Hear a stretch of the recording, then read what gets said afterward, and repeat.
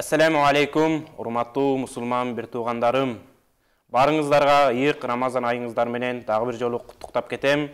Сөзүмдү мээримдүү болгон, райымдуу Аллахтын аты менен баштаймын. Сүйүктүү пайгамбарыбыз Мухаммед саллаллаху алейхи вассаламга салам жана салаваттар болсун. Бүгүн бизде өзгөчө конок, белгилүү дин алымы Эстебес Ажы Ажыкулов келди. Биздин эфирге кош келипсиз, Ажыке. Рахмат. Ошондой эле биз азыркы учурдагы кырдаал боюнча элге, жерге, мамлекетибизге бир аз кайрылуу айтып кетсеңиз. Assalamu alaikum, улуу кыргыз элим, улуу кыргыз мамлекетинин жашоочулары, жалпы 6,5 миллион элиме салам айтам. Ассаламу алейкум, рахматуллахи ва баракатуху.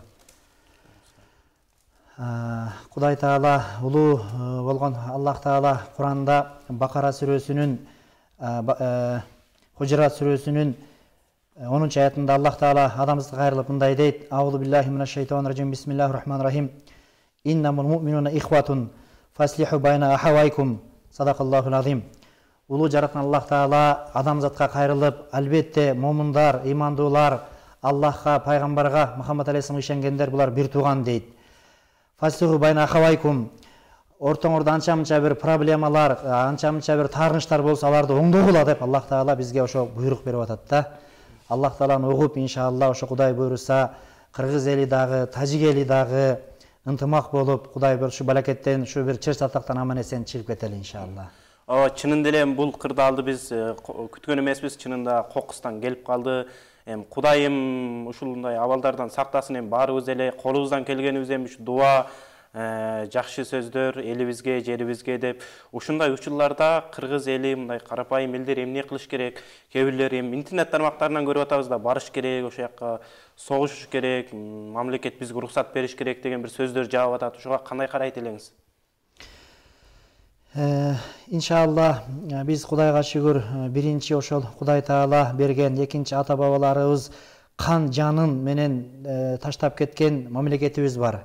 Биз оонго мүчөбүз. Биздин туубуз бар, керпибиз бар, биздин президентибиз бар, биздин парламентибиз бар, биздин муфтиятыбыз бар. Ошого Аллах Таала Куранда айтат: Астагфируллах, атиуллаха ва атиур расул ва улил амри минкум. Силер Аллага баш ийгиле, пайгамбарга баш ийгиле, ошондой эле өзүңөрдөн болгон жетекчилерге баш ийгиле дейт да. Биз ошол Кудайга шүгүр, президентибиз бар, парламентибиз бар, муфтиятыбыз бар. Ушундай абалда ушуларга биз толук баш ийишибиз керек. Эгерде жардам сурасаң да жардам беришибиз керек. Албетте, мамлекет ыйык, мамлекет бул Кудайдан кийинки, имандан кийинки байлык да. Мухаммад алейхиссалам, Мухаммад пайгамбарыбыз, өзүң жакшы билесиң иним, Меккеден ошо жакын туугандары, Курайштер, мушриктер пайгамбарыбызды кубалап чыгышканда, анан пайгамбар алейхиссалам оңой эмес да, ошол төрөлүп өскөн, киндик каны тамган жер, 53 жыл жашаган жерин таштап кетиш кыйын да.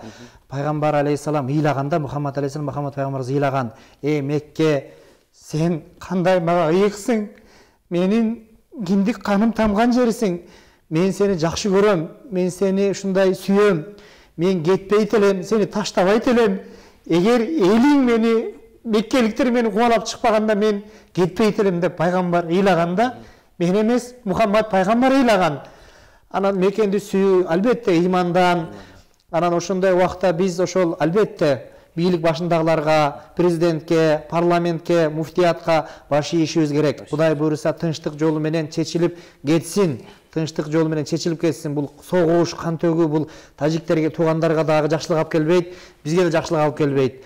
Албетте мына бул чек ара маселеси өтө бир тонкий маселе да иним. Бул чатакта бул. Индия менен Пакистан 50 жыл, 60 жылдан бери Кашмирди талашып ызы-чуу болуп келатат. Килейген Держава, Кытай, Индия 100 жылдан бери чечише албай келатат.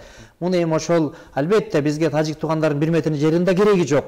1 метр жерибизди да бербейбиз. Ошону дипломатиялык жол менен, ынтымак менен Кудай буйруса чечишибиз керек. Кудай буйруса, иншалла. Туура, бул кыргыз элибиз эми жана мекенди сүйүү имандан деп атпайсызбы? Бул мекенди сүйүү ошо иманы бар да, Кудайга шүгүр. Буга дагы мен мындай кыргыз эли кубанып атабыз да, ошо иманы бар үчүн мындай эми алар деле мисалы мекенибизди сактайлы, элибиз мындай өлүп атат, каза болуп атат деген иманы бар үчүн ошентип чыдабай атышат да, эмне кыларын билбейчи элибизчи. Туура. Эми мындай да иним, Бул биринчиден шайтан. Шайтан Аллах Таала Куранда айтат: "Аду мубин", эң чоң душман шайтан да бул. Шайтандын кылганы. Анан шайтандын аскерлери да бар да. Бисмиллахир-рахманир-рахим. Кул аузу бираббин нас, маликин нас, илахин нас, мин шаррил васвасил ханнас, аллази ювасвису фи судурин нас, минал джиннати ван нас. Шайтандын жинден болгон, адамдардан болгон аскерлери болот да шайтандын. Ошол Кыргызстанда, биз мисалы Кудайга шүгүр Кыргызстан демократиялык мамлекетпиз, эркин мамлекетпиз. Кыргызстанда ошол дин эркиндиги өнүп өсүп атат, дүйнөбүз өнүп өсүп атат, жашоо жакшы болуп атат. Шуну көрө албаган дагы ниети бузук, душман, кара ниет адамдар дагы бар да. Ошолордон дагы биз сак болушубуз керек. Албетте баягы биз ошол бийлик башында биз көчөдө калган эле бир жапай эл эмеспиз. Мамлекетибиз бар, Кудайга шүгүр. 10 тааныйт бизди. Ошон үчүн ошол бийлик башындагыларды угуп, сабыр кылып эме кылышыбыз керек. Мына 2013-жылда дагы ошол бийлик башындагылар жакшы иш алып барышкан. Абдышүкүр Нарматов устазыбызды, мени, Өзбек Азиз Чотоновду, Абдуллатиф Саудияда эме болуп жүрбөйбү, посол. Ошол байкебизди, ошол бийлик башындагы жетекчилер бизди чакырып, кеңешип, башка кылып, анан мен өзүм 2 жолу, бир эмес 2 жолу ошол өзбек туугандарга, башкага барып, ушу эмебиз салымыбыз зор да, ушу тынчтыкка келишибизге. Анан Кудай буйруса ошол балким ошол диний аалымдарды, эгерде мен мисалы ошол өзүм да даярмын, ошол биздин бийлик башындагылар, аскерлерибиз, парламент, өкмөт, президент, ошо молдолордун да кошуп эме кылса, ушул Кыргызстандын, Тажикстандын ынтымагы үчүн жаным курман. Мен садака мен өлсөм өлөйүн, бирок ушу эки элден кан төгүлбөсүнчү. Барып бергиле десе биз дагы ошо даярбыз да.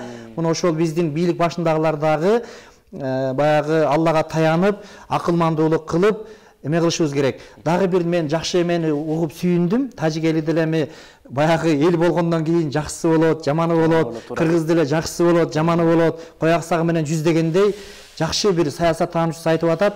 Кыргыздар бизге көп жакшылык кылган, кыргыздар бизге көп жакшылык кылган. Керек болсо канча жылдаган граждандык согуш болгон Тажик Республикасында. Ошондо биздин туңгуч президентибиз апасы өлгөн күндө дагы апа Бишкекке чакыртып, ошо позициясындагы менин апам ошол жерге кеминде жерге көмүлбөй турса турар, силер ошол кол коюп жарашмай сайын деп, ошо туңгуч президенттерибиз ошол апасын көмбөй туруп ушундай иштерди кылган деп ошо тажиктин чоң саясатчылары сүйлөп атат да. Бул точный маалымат да. Ушундай жакшылык кылган бизди деп уккансың сен дагы. Ошону жакшылык кылган деп алар да билип атат да. Эми Манас атабыз, биздин атабыз, ханыбыз Санира Бега апабызды сүйүп, анан ошого үйлөнүп, кой каныбызга турмушка чыкты деп Каникей апабыз, Каникей деп атка конуп, биз бир тууган элбиз. Биз шайтанга, бизди көрө алган душмандарга алданып калбашыбыз керек да, инем. Жанагындай сиз айткандай элдин мындай жакшысы да бар, жаманы да бар дейт. Тажик туугандар деле жакшылары деле көп, жамандары деле көп. Жанагындай көрө албас адамдардын балким себебинен болуп атат. Биз ошо көрө албас адамдардын себебинен эки мусулман бир тууганын урушуп кетүүсү да бул туура эместир балким динде деле. Өтө туура эмес, динде туура эмес, таптагыр туура эмес. Сахih хадисте пайгамбар айтып атат: Бисмиллахир-рахманир-рахим. Иза илтака муслимани би сайфахима фал катил вал мактул фин-нар. Эгер эки мусулман кылыч менен жолукса, өлтүргөн дагы тазакка түшөт, өлтүрүлгөн дагы тозокко түшөт деди пайгамбар Мухаммад алейхиссалам. Анда сахабалар сурашты: Хаза катил, фама балул мактул? Булго эми өлтүрдү, мейли, түшүнүктүү, тозокко түшсүн. Өлтүрүлгөн абалы эмне болот пайгамбар алейхиссалам? Сиз эмнени айтып атасыз дегенде, иннаху кана харисан ала катли сахиби. Тиги өлтүрүлгөн дагы жүрөгүндө 100% болгон, тигини өлтүрүү жүрөгүндө 100% болгон өкөтөң тозокко түшөт деп атат да. Ошого албетте бул биринчиден шайтандын кылганы, экинчиде ошол бизди көрө албагандардын кылганы, кара ниет душмандардын кылганы. Ошого биз кызуу кандуулук алдырбашыбыз керек. Кудай буйруса ошо тажик элинин акылмандары дагы, молдолору дагы, биздин акылмандарыбыз да, молдолорубуз дагы эгер мамлекет ошо бир нейтральный жерде чогулуш өткөрүп атышат, бизди кошсо 24 саат даярмын, 100%, жаным курман. Чоң рахмат. Бизде эми ошол биздин жерибизди тажиктер басып келди, анан ошол басып келгенде деле жок, биз мусулманбыз, биз аларга каршы көрсөтпөшүбүз керек деп эле жата берген туурабы же ал жерде мекенди коргош үчүн бир сактаныш керекпи же кандай кылыш керек? Албетте сактаныш керек иним. Бирок ошондо дагы мындай жапайычылык кылып, көчөгө чыга калып, курал бергиле тигүү эмес. Мамлекетибиз айттым го, кайра кайталап айтайын. Президентибиз бар биздин, парламентибиз бар, биздин өкмөтүбүз бар, биздин муфтиятыбыз бар. Эгер ошолор бизден жардам сурап, эми тигүү десе, биз ошол мындай кыргызча жөнөкөй тил менен айтканда, отур десе отурушубуз керек, тур десе турушубуз керек. Анан жакшылык жол менен чечилиш керек, жакшылык жол менен чечилиш керек, жакшылык жол менен чечилиш керек. Анан такыр эле болбой калса, Кудай сактасын, ошондо дагы жетекчилерге баш ийип, жетекчилерди угуп, жетекчилерди колдоп, алар өзүнчө, эл өзүнчө эмес, Кыргызстан, мен өткөндө да айткам, түнү түштүккө бөлүнбөйлү, Кокту Колотко бөлүнбөйлү, урууга бөлүнбөйлү, улуу кыргыз мамлекетин сактайлы деп мындан бир ай мурун мындай билбейм эми Кудай эме кылган Кытайдан карыздан кутулалы, урматтуу байлар төлөйлү, тигүү деп зыркырап айткам да, анан азыр өзүм да таң калып атам да, бул эми кандай бул Кудай Таала бир жүрөгүмө салып зыркырап ыйлагам мен. Ыйласам түшүнгөнү түшүнүп, түшүнбөгөн эмес бул молдо менен сүйлөп атат деп. Мына карабайсың мен ушундай оор күндөр болуп атат, бирок иншалла кутулабыз иним. Азыр бир жакшы нерсе сүйүнч айтайын сага. Бүт 100 000 деген азыр мусулмандар, Кудай жолунда жүргөн адамдар, ороза кармап аткан адамдар, башкалар дуа кылып атышат. Кудай буйруса жакшы болот. Анан дагы бир нерсени айтайын. Кудай Таала Куранда айтат: "Астагфирулла ва макару макаралла валлаху хайрул макирин." Дин душмандары, эл душмандары, шүмшүктөр өзүнүн гана ошол нафсисин, шахватын, байлык бийлигин ойлогон адамдар бар дейт. Алла Таала өзү айтып атат. Алар кыйтырлык кылат дейт, элге душмандык кылат, динге душмандык кылат, ушундай бир мамлекеттерди чабыштырып башка кылат. Булар кыйтырлык кылат. Мен да кыйтырлык кылам, мен да амалкөйлүк кылам. Эң кыйтырлардын кыйтыры, амалкөйлөрдүн амалкөйү, эң бир тузактарды орну ошой мындай түшүндүрүп айтканда аяттын мааниси. Ал мындай шахмат кылса, мен да мындай шахмат кылам деп Кудай Таала ушундай убада берип атат. Кудай буйруса биздин дуаларыбыз кабыл болуп, ошо бизди көрө албагандар дагы, тажик туугандарды көрө албагандар дагы, ошол кара ниет адамдар өздөрү Кудай буйруса жакын арада иншалла, Кудай буйруса өздөрү иншалла жер бетинен жок болот иншалла. Могу эми ыйык күндө, ыйык айларда турабыз, бул айларда дуа кылса дагы Кудай Таала дуаларыбызды түздөн кабыл кылат. Көрүп атабыз интернет тармактарынан кыргыз элибиз чынында аябай мындай кичипейил, мындай пейилдер экенин, ар бир мындай жардам бергенге мындай бир тыйын болсо дагы салымын кошуп мындай интернет тармактарынан көрүп атабыз. Ушундай кыргыз элибиз ушундай кыргыз элибиз бар экенин мындай сыймыктанабыз да чын эле.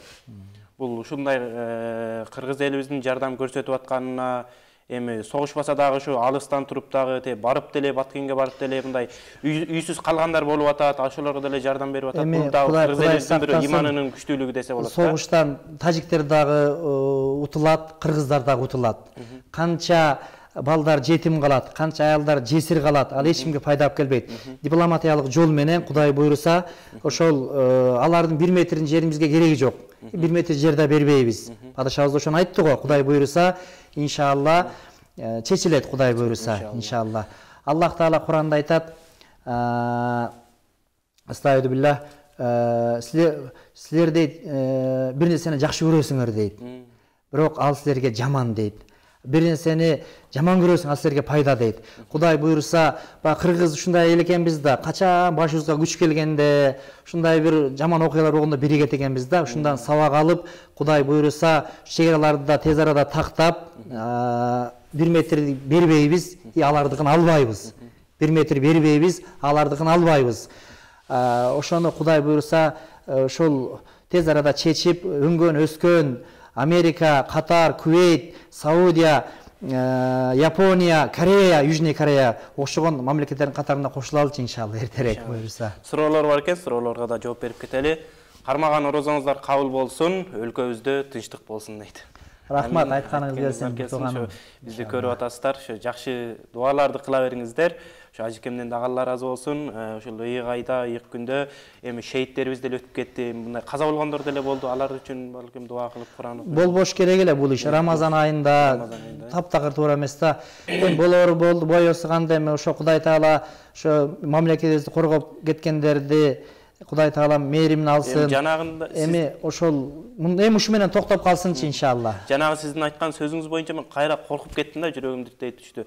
жанагы мусулманды өлтүргөн дагы күнөөлүү, өлтүрүлгөндө деп. Азыр эми биз кыргыз эли бир мындай бир иманыбыз бар элбиз, жанагындай каза болгондор болду. Эми ошондо кандай болуп калды бул жер?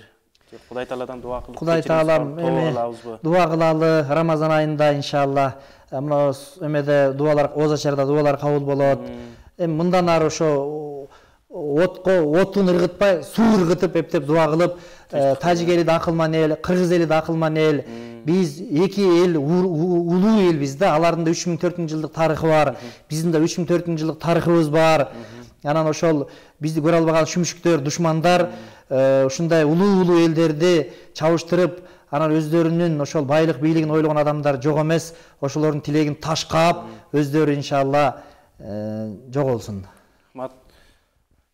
Суроолор жок экен. Анан деле кайра эле маекке кирели. Эми ушул айда аалымдарыбыз деле кайрылуу жасап атат. Абдишкүр устаз деле кечээ Баткенге барып кайрылуу ушул кайрымдуулук иштерин күчөтүшүбүз керек ба азыркы учурда?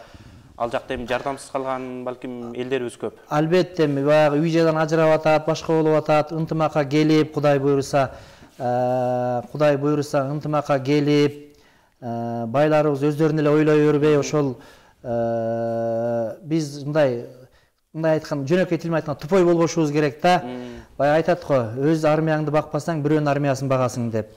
Армиябызды дагы күчтөп, мамлекетибизди да күчтөп, карыздан кутулуп, духовный жактан дагы өнүп өсүшүбүз керек.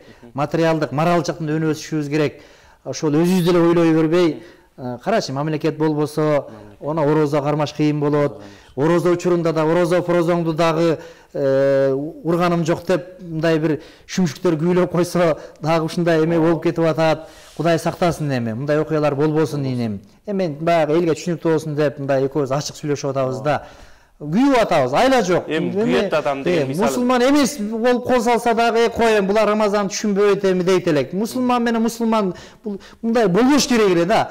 Бул өзү билбейм, мен жаңылбасам дүйнөлүк тарыхта да жок да. Дүйнөлүк тарыхта дагы Рамазан айында мусулманга кол салган бул дүйнөлүк тарыхта жок. Карачы, 1500 жылдык тарыхта жок да. Не деген окуя бу? Шерменде болуп атабыз. Эми ушундан сабак алып, экинчи тарых кайталанат деп, тарых кайталанбай эле койсунчу, болбосунчу эми ушундай окуялар. Кыяматка чейин болбосунчу.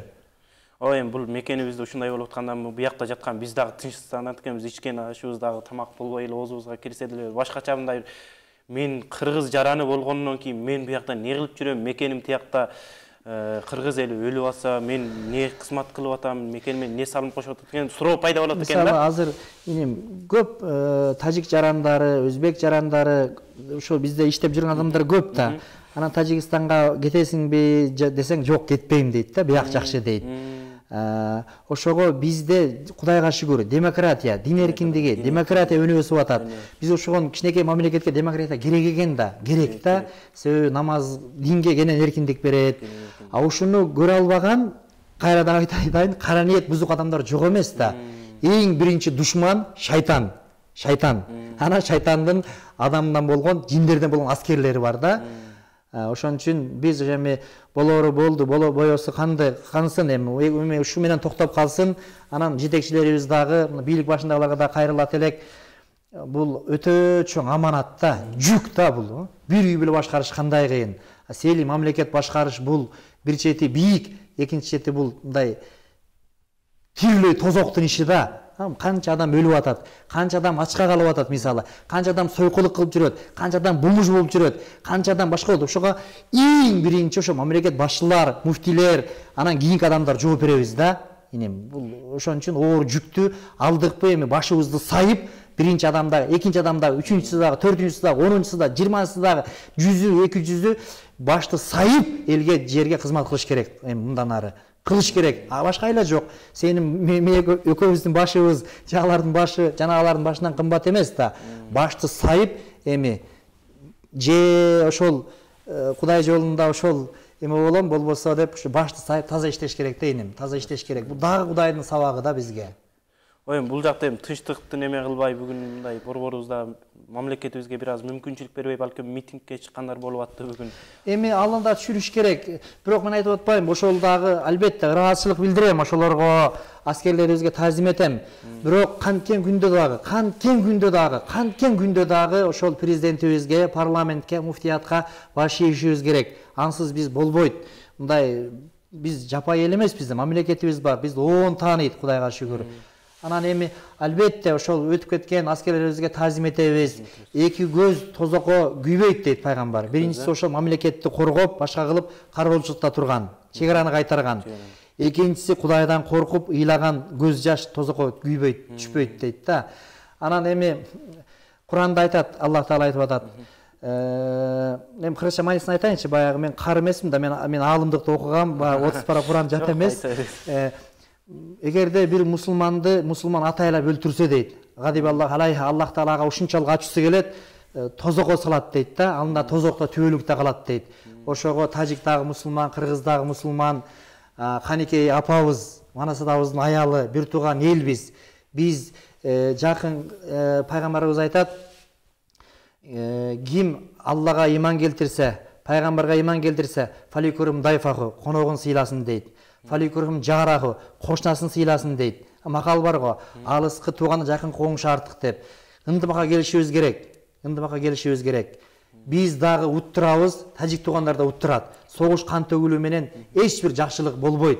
Бул Кудай сактасын, 100 жылдап, 1000 жылдап созулуп кетиши мүмкүн да. Ошон үчүн ошону отту өчүрүп, биз улуу элдин урпагыбыз, айтып атам го, 3000 жылдык тарыхыбыз бар биздин, алардын дагы.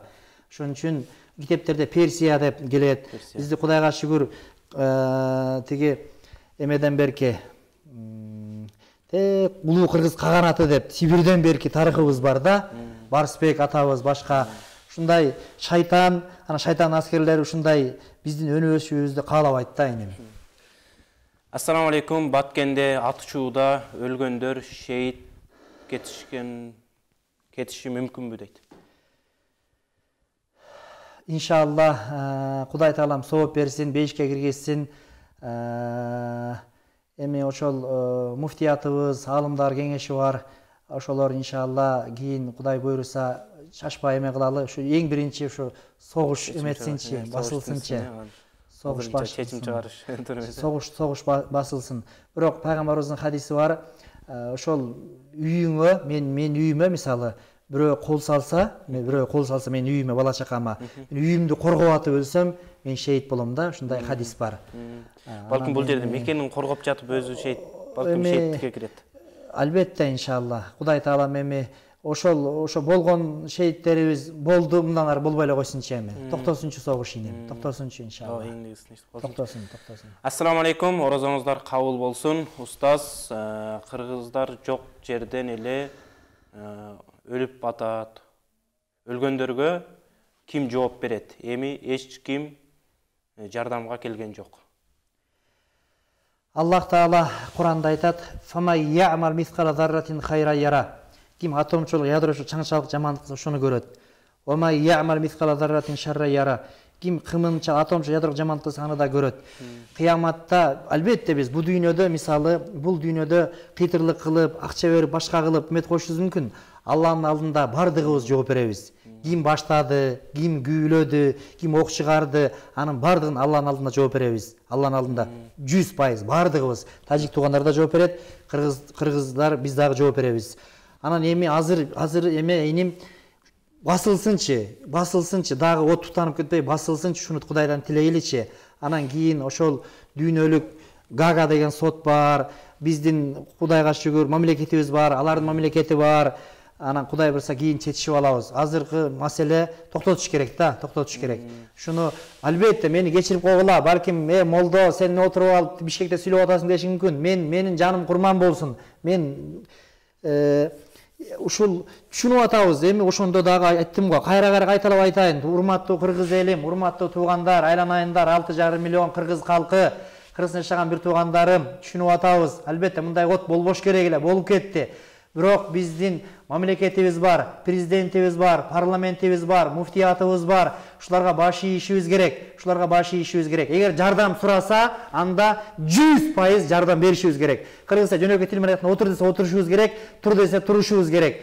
Анан мамлекет жетекчилерге баш ийишибиз керек. Кудай Таала Куранда Аллага баш ийгиле, пайгамбарга баш ийгиле, анан өзүңөрдөн болгон жетекчилерге баш ийгиле деген да. Биз эми мындай мамлекетибиз жок эмес да, бар. Кудай буйруса ушулар тез арада сүйлөшүп, чечип эме кылыш керек. Анан кандай жардам сураса, биз 100% колдоп, коргоп жардам беришибиз керек мамлекет башчыларыбызга.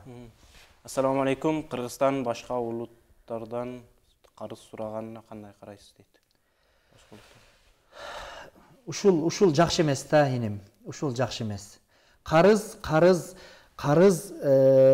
алуу өзү шариятта адал, бирок экөөбүз бири-бирибизден. Анан башка эмеден ала берген болбойт да. Кудайга шүгүр, сууларыбыз бар, байларыбыз бар, башка бар. Мен өткөндө ошол байларга кайрылып айттым. Дагы айтайын, урматтуу байлар, урматтуу бийликтегилер, урматтуу байлар, көрүүңөргө алып кетпейсиңер.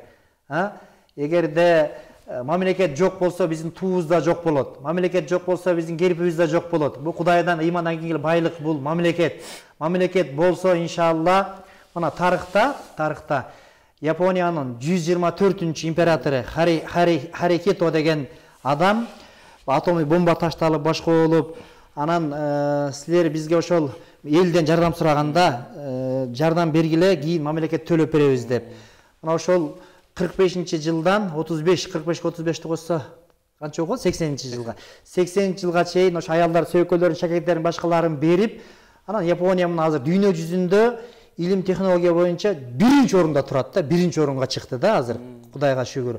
Биз ошо көрүнгөндөн карыз ала бербей, өзүбүз бир күйүп коелучу. Эртең иншалла бала чакаңа төлөп беребиз. Ушуну баланча адам деген жардам берделе, ушундай деделе деп Кудай унутпайт. Эл унутпайт, тарых унутпайт, бала чага унутпайт. Бүтө эле маңкурт эмеспиз да. Жакшы улуу адамдар чыккан бизден. Жусуп Абдырахманов, Баял Исекеев, Ишеналы Арабаев, Төрөкул Айтматов, улуу Исхак Разаков деген Манас атабыз, биз улуу элбиз туугандар. Улуу элдин урпактары Кудай буйруса көрүнгөнү тилемчи болбой, кичине мамлекет жардам берип койгулачы. Өткөндө мен айтсам, түшүнүп түшүнбөгөнү түшүнбөй, алгандар төлөсүн да. Мейли алгандар төлөсүн. Төлөбөй атсам эмне кылышыбыз керек? Төлөп албай атсак эмне кылышыбыз керек? Анан мамлекетти берип койгон отурушубуз керекпи? Ошон үчүн улуу кыргыз элим, айланайындар, карыз марызды өзүбүз берели, өзүбүз мамлекетке жардам берели. Падышабыз дагы, муфтийибиз дагы, СМБбыз дагы, НВДбыз дагы, врачың да, башкаң дагы Кудайдан кийинки байлык бул мамлекет. Мамлекетти сактап калалы. Көрүң алып кетпейсиң ал дүйнөнү. Рак, ОПХ кылып койсо өлөсүң 2 сааттан кийин, 1 жылдан кийин.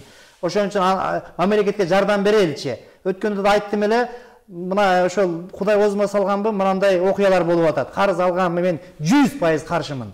Кредит ал арам. Карыз дагы арам эмес, бирок чуңкур да. Чуңкурга түшүп кетсең чыга албай каласың. Ошон албаш керек, мен каршымын. Жакшы. Чоң рахмат. Анан азыркы каза болгон жоокерлерибиз жана элибиз үчүн биз Куран окуп дуа кылышыбыз керекпи? Эң биринчи Куран хатым кылып кандай кылыш керек? Куран окуп дуа кылышыбыз керек. Кудайга шүгүр. Мамлекет башчыларыбыз да айтып атат, Кудай буйруса ошол үй жай менен камсыз кылып бала чаганы окутушубуз керек. Ал деле сага окшогон, мага окшогон эме да. Мен эми мындай ачык айтайынчы иним. Мен 25 жыл мурун Кудай мага ыйман берип, мен ошол намаз окуп, Ислам университетте мугалим болуп, диний кызматкер болуп калдым да мен. Эгерде диний кызматкер болбосом, анда мен чегарачы болмокмун. Валлахи, мен анда чегарачы болмокмун. Военный болмокмун. Эгер ушу молда эле болуп калбаганымда военный болмокмун да. Анан мен өлүп калсам, мисалы мамлекетти коргойм деп Баткендеби, Лейлектеби же Таластагы көлдө өлүп калсам, анда мамлекет мен бала чакамды караш керек да. Мен мамлекетте өлүп атам да. Мисалы ошону бит толук мамлекет мойнуна алып, иншалла жардам беребиз Кудай буйруса. Ошо, неме Алла разы болсун. Ассаламу алейкум. Мектептерге ыйман сабактарын киргизсе кыргыз медреселерине жетишеби? Мектептерге ыйман сабак киргизсе кандай болот деген суроо окшойт да. Ал өтүп кетти суроо. Ошол тууралуу айтып берсеңиз. Ушул албетте бул өтө жакшы маселе. Анан кийин баягы душмандар бар, башкалар бар, ушу киргизүү кыйын болуп атат да. Анан мен өзүм жеке оюм ыйман сабак дебесе дагы араб тил деп киргизсек, ошондо Кудай буйруса жакшы болот да. Эми Куран араб тилинде түшкөн, хадис пайгамбарыбыз араб болгон. Анан Кудайга шүгүр 26 араб мамлекети бар. Англис тили киргендей, орус тили киргендей, Кытай тили киргендей, араб тилде акыры неме болсо ошондо сөз түрдө эле балдарың баарды молдо болуп кетсин деген эмебиз жок. Мен дайыма айтып келем, дагы да айтайын. Сөз түрдө эле ошол молдо болуп, ана мечиттен чыкпай калсын деген жери жок. Мына бизде мисалы орто кылымга 5-кылым, 15-кылымга чейин убакыт кирет. Андан кийинки жаңы доор деп коет. Байыркы кылым деп 5-кылымга чейин айтат.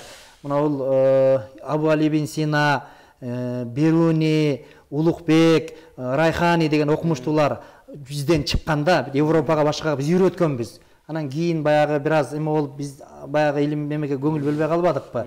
Ошого мейли 6 балаң болсо, бирөө врач болсун, бирөө инженер болсун, бирөө аскер болсун, бирөө бизнесмен болсун, бирөө кой кайтарсын, бирөө швея тиксин дегендей. Анан бардыгы эле ошол эме болуп кетти деген жерибиз жок. Өңгөн, өскөн мамлекеттин катарына кошулалы деп атабыз. Биз ошо Кыргызстанды сүйөбүз. Ошол 2010-жылда ушундай бир каргаш окуялар болгондо, ошол учурдагы жетекчилер бизди чакырып, кучактап, ыйлап, айланайын молдеке барып бер деп, ошондо мен өзүм баш болуп бир эмес 2 жолу барганбыз Ошко, 2 жолу. Анан азыр деле даярбыз. Бирок ошол эми өз билгендей эмес, жетекчилерге баш ийип, ынтымакташып, ушу балекеттен чыгып кетеличи иншалла. Ушул суроо неме кошумча болуп, ушу бир эфирден пайдалангым келди. Мектептерге негизи ошондой сабактар кирсе жакшы да. Анан азыр жоолукка деле кече жакында бир видео чыгып кетти, мындай каршы чыккандар болуп тур деп. Негизи жоолукка уруксат деп мамлекет тараптан. Уруксат. Дин эркиндиги уруксат. Эми айтып атпайм, менин баягы минал джиннати ваннас, шайтандын аскерлери болот экен да, адамдардан болгон, жиндерден болгон аскерлер болот экен. Ошолор дагы эме болуп, анан биз балким күнөөбүз көбөйүп кеткен чыгар биздин. Берки туугандарыбыздын дагы Аллах Тааланын ушундай бир каалоосу менен оңолгула деп атабы. Оңололчу эми, тоогулалчы, истихбар айталчы. Эме деген адам өткөн да, Иракта Хасан Басри деген улуу адам өткөн. Хасан Басри деген. Анан ошого келип бирөө сурайт: "Эй, мага осуят кылыңызчы, балалуу болбой атам" дейт да. Балам жок дейт. Истихбар кылгын, көбүрөөк истихбар айткын, Кудайдан кечирим сурагын, истихбар кылгын деп айтат. Анан дагы бирөө келет: "Кедейдин үстүнө кедей, эч бир жарыбадым. Мага миллион миллиардтын кереги жок. Кедейлик өтө жаман дем. Кедейлик адамды Кудайды сөктүрүп капыр кылып коет. Хадис бар бул туурасында. Кедейликке суранууга чейин бар. Өтө кедейлик кыздарды бузуп сойку кылып коет да. Өтө кедейлик да жаман да. Анан кедейдин үстүнө кедей, эч бир жакшылык көрбөдүм. Мага миллион миллиардтын кереги жок. Кудай бир жетишелик байлык берсинчи дегенде истихбар кылгын дейт да. Истихбар кылгын дейт. Бирөө айтат: "Мен балалуу болбой атам, аялдарым төрөбөй атат. Эч бир şu жакшылык көрбөдүм" дейт да. Бирөө эмне кедеймин дейт, бирөө балалуу болбой атам дейт, бирөө келет ошол эгин жамгыр жаабай атат десе, үчөөнү тең истихбар кылгыла, элиңе да айткын, эл башкаргандар айткын, истихбар деген Кудайдан кечирим суроо, тоого кылуу, астагфирулла деп айт дейт да. Ошондой десе, анан шакирттери таң калат: "Эй устаз, үчөөнүн суроосу 3 башка, сиздин жооп бир эле жооп. Истихбар кылгыла, Кудайдан кечирим сурагыла. Бу кандай дегенде, силер эмне Куранды окуган жок белеңер. Алла Таала Куранда Нух сүрөсүнүн 10-чы, 11-чи, 12-чи аяттарда эмне деп айткан? Нух алейхиссалам элине кайрылып атат. Астагфирулла, факулту стагфиру раббакум иннаху кана гаффара, юрсилис сама алейкум мидрара, уйимдидукум бианвали ва бани вежалакум жаннат вежалакум анхара. Алладан кечирим сурагыла, Алла силердин күнөөңөрдү кечирет. Асмандан удаа-муда жамгырды жиберет. Силерди мал дүнүйөңөрдү, бала чакаңарды көбөйтүп берет деп айтканда, хадисте да келет: "Көбүрөөк истигфар кылгыла, кечирим сурагыла, тоо кылгыла, Кудай Таала тупиктен, согуштан, баракеттен куткарып чыгарат" дейт. Тажик элине да кайрылам, улуу Тажик эли, биздин тайкелерибиз. Иншалла Кудайдан кечирим сурагыла. Улуу кыргыз элим, биз дагы ошо Кудайдан кечирим сурап, эки эл Рамазан айында дуа кылып, ушу баракеттен чыгып кетели. Биз иншалла ушундай достугубуз дүйнө жүзүнө, дүйнө калктарына иншалла үлгү болсун. Ушуга келеличи иним. иншалла. Ассаламу алейкум. Биздин президентибизге, парламенттерибизге 30 жыл баш ийип, кичинекей чек арабызды тактай албай, азыр жок жерден элибиз өлүмгө учурап жатат. Буга эмне дейсиз дейт.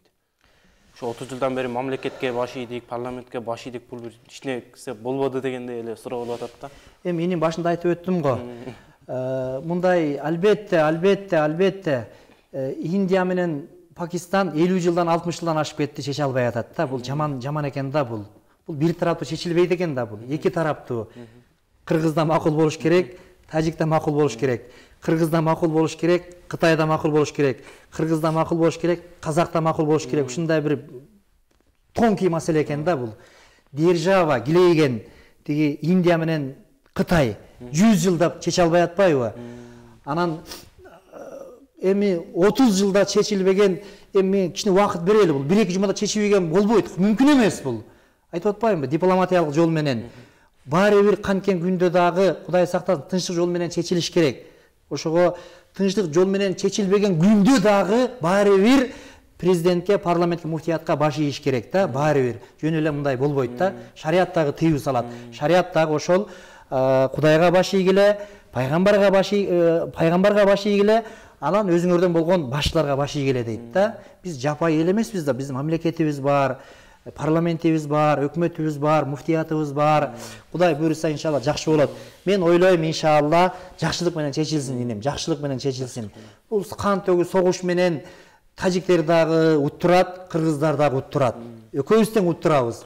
И бунун кесепети мурасы 100 жылдап, 200 жылдап чозулуп кетиши мүмкүн да. Ошондон Кудай сактасын. Эми Кудай болору болду, болобойсу канды. Ушуну иншалла чечилет деп үмүт кылалычы эми иншалла. Чечилет деп үмүт кылалы. Мамлекет башчыларга да мына дагы экисе эме келди да, оор жүк келди да. Байкебиз айтып атат го, менин тагдырыма ушундай бир оор эме туш келди, карыздын баары мага туш келди, чек-аранын баары мага туш келди деп. Эми жардам беребиз иншалла. Жардам беребиз. А киши менен мен дагы ошол башында да айтып өткөм, түрмөдө дагы 3 жыл бою сен менен мендей болуп отуруп сүйлөшчүбүз. Дагы Кудай буйруса мамлекет үчүн, элибиз үчүн дагы колуман эмне келсе, жаным курман, акыл насаат менен, башка менен бар десе, ошо даярмын да, жаным курман. Ошол мамлекетке, мамлекет башчыларына, башка жардам бергенге даярбыз. Буйруса чечилет иншалла. Кыргыз элибиз жүрөгүбүз ооруп, баарыбыз даярбыз мындай нерсеге. Мындай учурда ошол президентибизге, мамлекетибиздин жанында турушубуз керек да, бөлүнүп жарылбай. Албетте. Биригишибиз керек, Мына ушул айланайын кыргыз элим дагы сабак болсун бизге. Балекет эмебиз бар да, түндүк, түштүк, тигүү деп бөлүнүп келдик. Эми мындан ары түндүк, түштүккө бөлүнбөй, коктук олотко бөлүнбөй, урууга бөлүнбөй, улуу кыргыз мамлекетинин дөөлөтүн куралы. Кытай, Мытайдан башкадан карыздан кутулалы.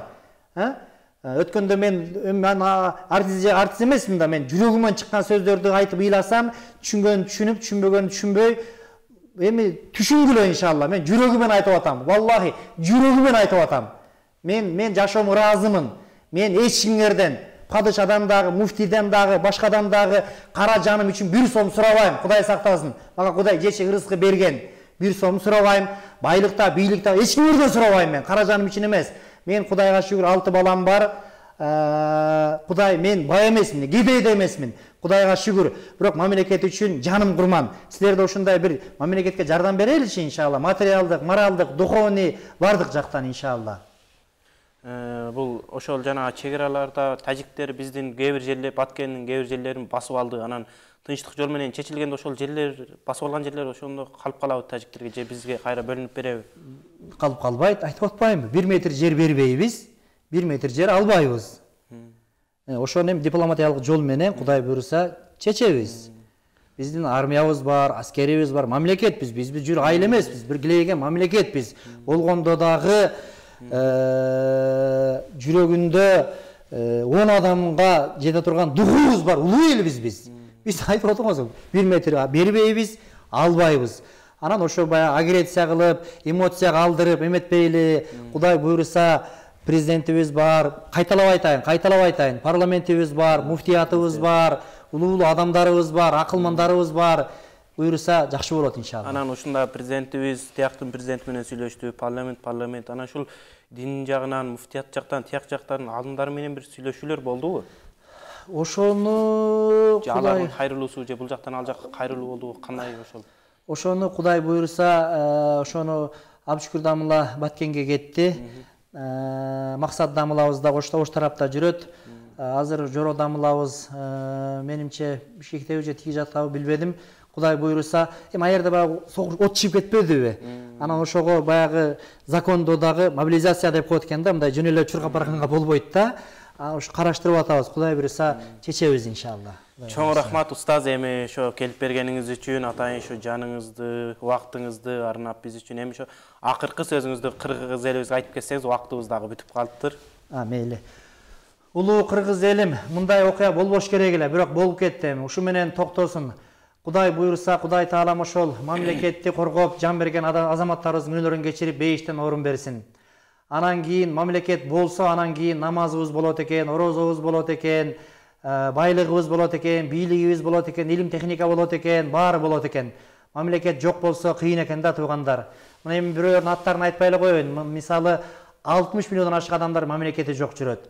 40 миллиондон ашык адамдар мамлекети жок жүрөт. Мамлекет бул имандан кийинки, Кудайдан кийинки байлык. Ушуну сактап калалы, Кытайдан карыздан кутулалы. Көрүңөргө алып кетпейсиңер. Мамлекетке жардам берели. Мамлекетке жардам бергениң өзүңө жардам бергениң, урук тукумуңа жардам бергениң. Сенин балаңды эч бир мамлекет гражданство берген күндө дагы бул кыргыз деп баары бир экинчи сорт кылып жаман көрөт да. Ошого ушу мамлекет сактап калалы, иманыбызды сактап калалы. Кудай ыраазы, ушу апат балайдан аман эсен чыгып кетели. Кудай таалам тажик туугандарга дагы, тайкелерибизге дагы иман, инсаф, товфук берсин. Бизге дагы иман, инсаф, товфук берсин. Кудай таалам эки дүнө шерменде кылбасын. Кудай таалам эки дүнө шерменде кылбасын. Кудай таалам эки дүнө шерменде кылбасын. Бул дуаны рамадлык Чубак Дамылабыз окуйт эле. Чубак Дамыл Кудайдын күнөөрүн кечирип, мээримин алсын. Чубак Дамылдын арты кайырлуу болсун. Ушундай балакеттер экинчи болбосун. Рамазан айыбыз ак жолтой болсун. Аллаху акбар. Чоң рахмат, кыргыз элим, барыңыздарга, кармаган орозоңуздар кабыл болсун. Ошол устаз келип атайын эфир кылып берди. Ошол айтылган аяттарга, хадистерге амал кылалы. Мекенибизде тынчтык болсун. Ар бирибиз ушу ыйык айда, ыйык күндөрдө дуа кылалы. Биздин эфирде Стебез Ажыкулов болду. Кайрадан ыйык Рамазан эфирибизден күткөнгө чейин сак саламатта болуңуздар.